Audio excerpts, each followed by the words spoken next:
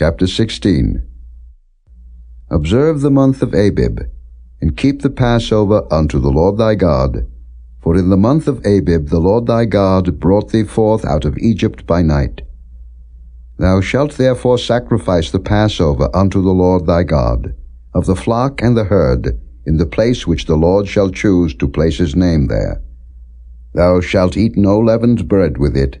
7 days shalt thou eat unleavened bread therewith, even the bread of affliction. For thou camest forth out of the land of Egypt in haste, that thou mayest remember the day when thou camest forth out of the land of Egypt, all the days of thy life. And there shall be no leavened bread seen with thee in all thy coast 7 days. Neither shall there anything of the flesh, which thou sacrificest the first day at even, remain all night until the morning.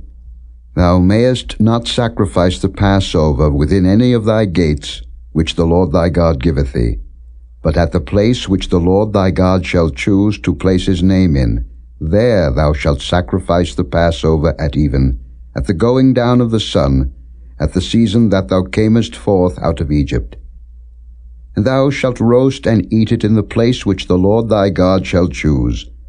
And thou shalt turn in the morning, and go unto thy tents. 6 days thou shalt eat unleavened bread, and on the 7th day shall be a solemn assembly to the Lord thy God. Thou shalt do no work therein. 7 weeks shalt thou number unto thee. Begin to number the 7 weeks from such time as thou beginnest to put the sickle to the corn. And thou shalt keep the feast of weeks unto the Lord thy God, with a tribute of a freewill offering of thine hand, which thou shalt give unto the Lord thy God, according as the Lord thy God hath blessed thee. And thou shalt rejoice before the Lord thy God, thou, and thy son, and thy daughter, and thy manservant, and thy maidservant, and the Levite that is within thy gates, and the stranger, and the fatherless, and the widow that are among you, in the place which the Lord thy God hath chosen to place his name there. And thou shalt remember that thou wast a bondman in Egypt, and thou shalt observe and do these statutes. Thou shalt observe the Feast of Tabernacles 7 days, after that thou hast gathered in thy corn and thy wine. And thou shalt rejoice in thy feast, thou and thy son, and thy daughter, and thy manservant, and thy maidservant, and the Levite, the stranger, and the fatherless, and the widow, that are within thy gates. 7 days shalt thou keep a solemn feast unto the Lord thy God, in the place which the Lord shall choose, because the Lord thy God shall bless thee in all thine increase, and in all the works of thine hands. Therefore thou shalt surely rejoice.